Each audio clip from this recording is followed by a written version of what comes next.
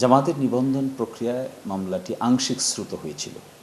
আংশিক শ্রুত হয়েছিল যে বেঞ্চে, এই বেঞ্চের একজন মাননীয় বিচারপতি হঠাৎ করে অসুস্থ হয়ে পড়েন।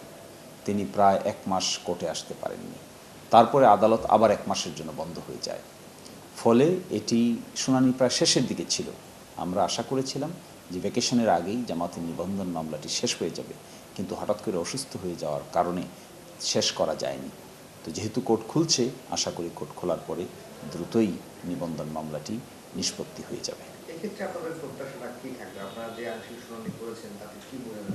আমরা আংশিক শুনানি করে যতটুকু আমরা বুঝতে পেরেছি, যে কারণে জামাতের রেজিস্ট্রেশনকে বাতিল করেছে হাইকোর্ট, এই কারণগুলো উচ্চ আদালতে যখন আমরা উপস্থাপন করেছি, তখন উচ্চ আদালত আমাদের যুক্তিগুলো অত্যন্ত সিনসিয়ারলি এবং যুক্তিযুক্ত মনে করছেন বলে আমাদের কাছে মনে হয়েছে।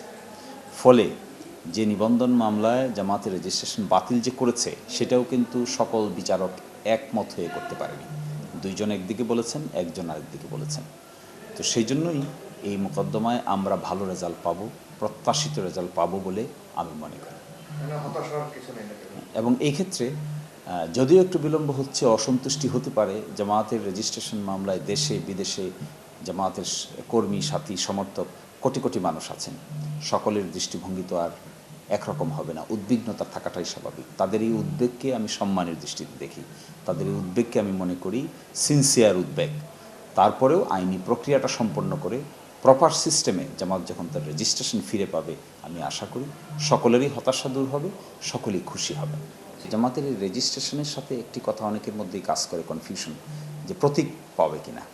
একটি হলো রেজিস্ট্রেশন পাবে কিনা, আর একটি দাঁড়িপাল্লা প্রতীক পাবে কিনা। আমরা এরকম আইনি উদ্যোগ নিচ্ছি যে আইনি উদ্যোগের কারণে প্রতীকও পাওয়া যাবে, একই সাথে রেজিস্ট্রেশনও পাওয়া যাবে ইনশাআল্লাহ।